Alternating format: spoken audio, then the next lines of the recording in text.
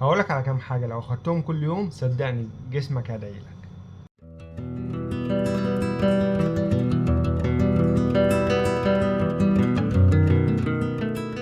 السلام عليكم، معاكم دكتور محمد عادل، والنهارده ان شاء الله هقولك معلومة في السريع.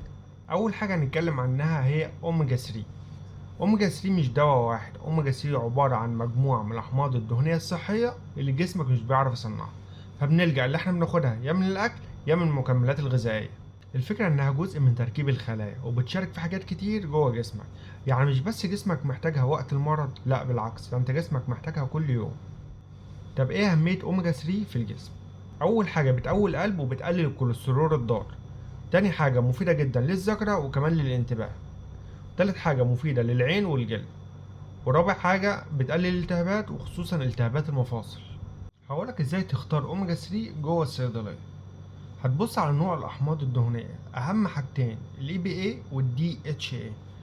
يفضل إن يكون مجموع الاتنين أعلى من ال 500.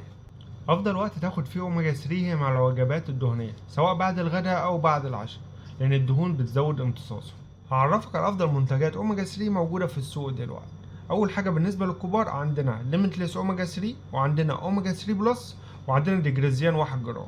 بالنسبة للأطفال عندك كود ليفر أويل، وعندك أوميجا 3 بلس شراب. تاني حاجة هنتكلم عنها النهاردة هي فيتامين د.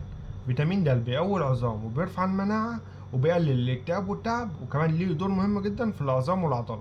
أشكال فيتامين د جوه الصيدلية كتير، في منها الأمبولات زي الديفارول والديكابرينو، وفي منها الكبسولات زي الدي ديب والديكس فيتا وروس، وفي منها كمان النقط زي الفي دروب والألفا كالسيدو.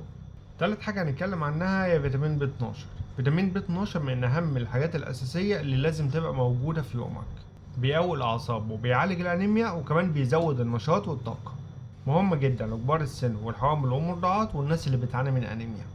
موجود في الصيدلية بكذا شكل، في منها الأمبولات زي الديبوفيت والبايوفيت، وفي منها الأقراص زي الميلجا والميلجا أدفانس والنيوروتون، وفي منها كمان اللزقات اللي بتتحط على اللسان وبتدوب على طول زي الليميتلس ب 12. رابع حاجة نتكلم عنها النهاردة هي الزنك. الزنك ده هو خط الدفاع الأول عن مناعتك، يعني هو اللي بيقف قدام أي فيروس وأي بكتيريا بتحاول تخش جوه جسمك.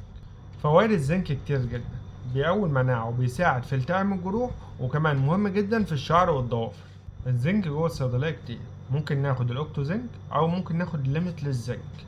يا رب تكونوا استفدتوا من الفيديو، ولو عندك سؤال سيبه في الكومنتات وهرد عليك. متنساش اللايك والسبسكرايب والشير. سلام.